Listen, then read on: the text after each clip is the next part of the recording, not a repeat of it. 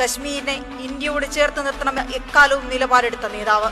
ബോംബെ സർവകലാശാലയിൽ നിന്ന് ബിസിനസ് ബിരുദം, സ്കോട്ട്ലൻഡിൽ തുടർ പഠനം, 28-ാം വയസ്സിൽ ലോക്സഭയിലെത്തി. വാജ്പേയി സർക്കാരിൽ വാണിജ്യ വിദേശകാര്യ വകുപ്പുകളിൽ സഹമന്ത്രി. കശ്മീരിന്റെ പ്രത്യേക അവകാശം പുനഃസ്ഥാപിക്കാനുള്ള രാഷ്ട്രീയ പോരാട്ടത്തിന്റെ ഭാഗമായി പലവട്ടം വീട്ടുതടങ്കലിൽ. 232 days. What do you expect? मैं जब expect कर रहा था तब तो छोड़ा नहीं. आज मैं expect कर नहीं रहा था, छूट गया. കശ്മീരിൽ നിന്ന് രാജ്യത്തെ കാണുമ്പോൾ കണ്ണിൽ പെടുന്നത് എന്തൊക്കെ? നമുക്ക് കേൾക്കാം ഒമറിനെ. Welcome Omar Abdullah ji onto the stage. We look forward to hear your thoughts on the future of Jammu and Kashmir and your suggestions on strengthening our democracy.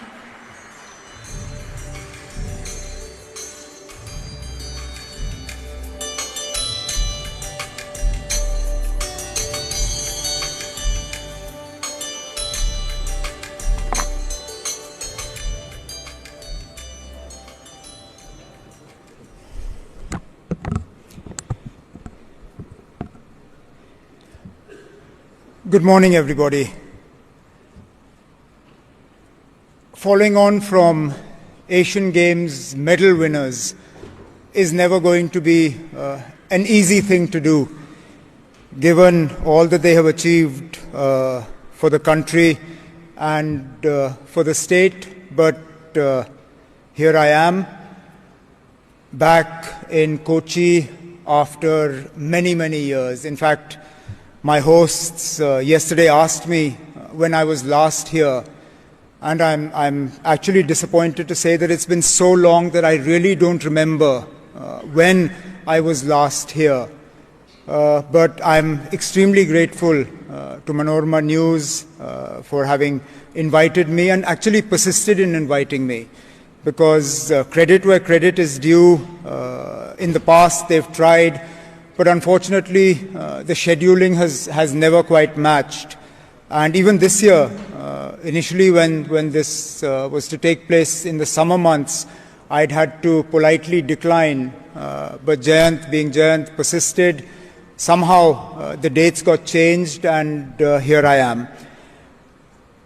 I've been asked to talk about how Kashmir wants to see India, which is actually an unusual topic for me, because I'm usually asked to talk about what's happening in Jammu and Kashmir. But in this case now I'm asked to say or talk about how Jammu and Kashmir would like to see the rest of India. And it's an interesting question because it's not one I've often thought about. I've actually always thought about how the rest of India sees Jammu and Kashmir, or perceives Jammu and Kashmir, or would like to see Jammu and Kashmir. But for somebody from the state to be asked how we'd like to see India actually got me thinking.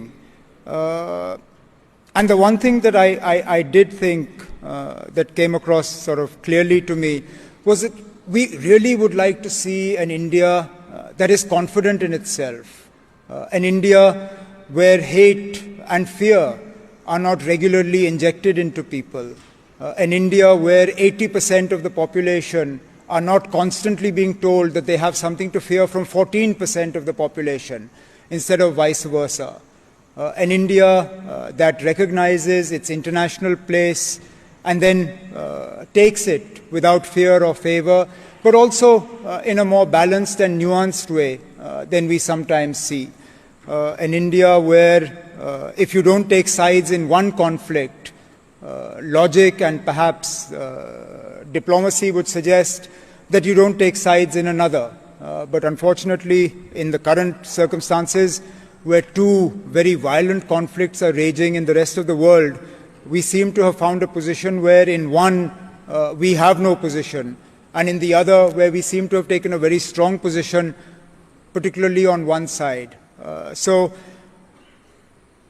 for Jammu and Kashmir, where the rest of the country is concerned, we really, often I'm asked, but well, tolerance is a great thing. But, for me, tolerance is really not the word that springs to mind. Acceptance is. I don't like it when people say, well, tolerance is built into our nature. Why should you have to tolerate anything? The word tolerance or tolerating, to my mind, sort of brings an element of reluctance. You tolerate something even though you don't like it. You may be asked to walk a certain distance, you'll do it. Not because you want to, but because you have to. So it's one thing to tolerate, it's quite another to accept. So we in Jammu and Kashmir, more than anything else, want to be accepted for our diversity, for the problems that we have.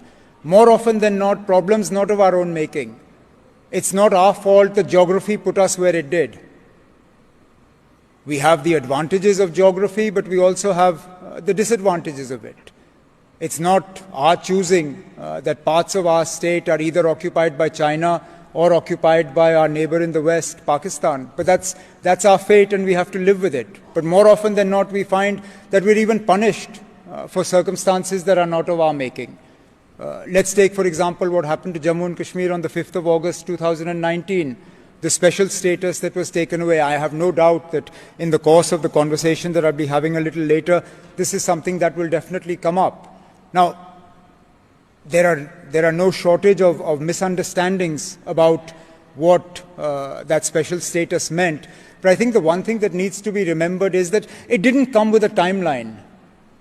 Nowhere in the instrument of accession that was signed or in the constitutional status that was granted to Jammu and Kashmir did it ever say that it would be for a certain period of time. The fact of the matter is that Jammu and Kashmir's accession to the Union of India only became possible because of the special circumstances that were created for that accession, the framework that was created in the Constitution for that accession.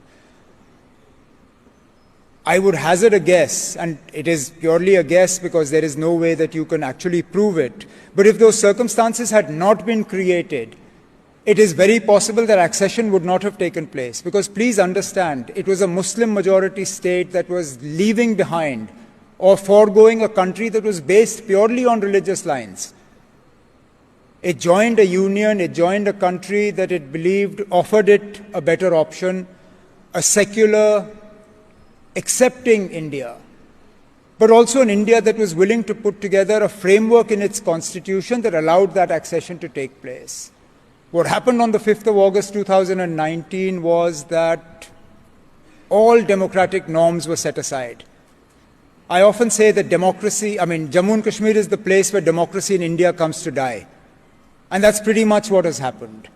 No, I envy states like yours or the other 5 states that are going to the polls later this year, Telangana, Madhya Pradesh, Chhattisgarh, Rajasthan, Mizoram, because at least you know you're going to have elections on time. For us in Jammu and Kashmir, the last time we had an assembly election was 2014. We were promised local body elections this year, they're not going to happen. So the only election we can actually count on is a parliament election in April or May next year. Given a choice, I'm sure they wouldn't even want to have those, but that's the way it is. So how would people in Jammu and Kashmir want India to see them, or how we would like to see the rest of India? As I said, an India that is confident in itself, an India that believes in acceptance, an India that believes that the words of the Constitution actually matter, an India that recognizes, respects, and allows space for every religion to practice as it sees fit, or to practice no religion at all. That the choices you make are choices, and the choices that you freely make are protected, whether in our courts or by our government. And finally, for Jammu and Kashmir, an India that is willing to give Jammu and Kashmir what it was promised right in the beginning.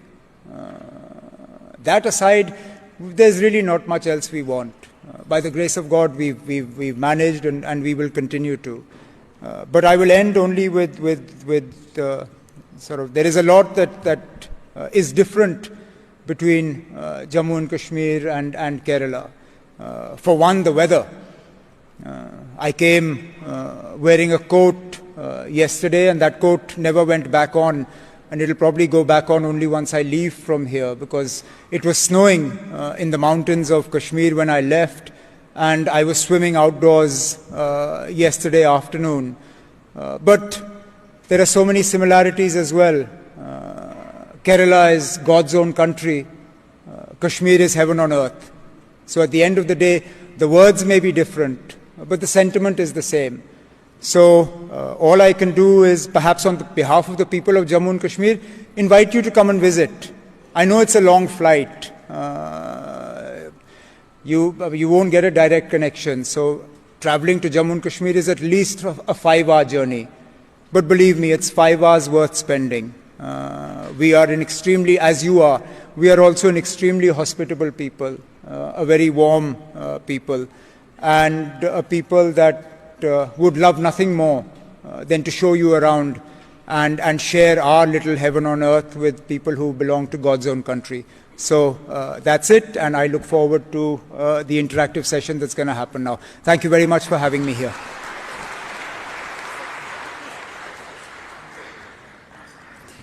Thank you, Omar Abdullah ji.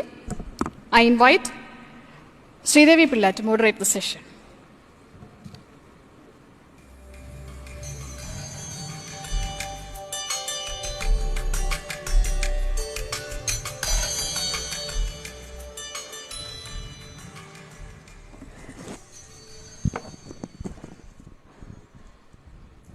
Once again, welcome to Kerala. And it's after a gap you are visiting Kerala. And I hope you feel the warmth and the acceptance of the people here. Absolutely. It's been quite amazing. As I said, we may be separated geographically, but in terms of the warmth of the people and the warmth of the welcome I've got, it's been amazing. Thank you. So, shall we start with some questions on Kashmir? After 5th August 2019, how is life in Kashmir? Well, it depends how you want to look at how life is. On the surface of things, it's quieter. You don't see sort of protests in the streets that you did some years ago. But at the same time, it's a very uneasy calm.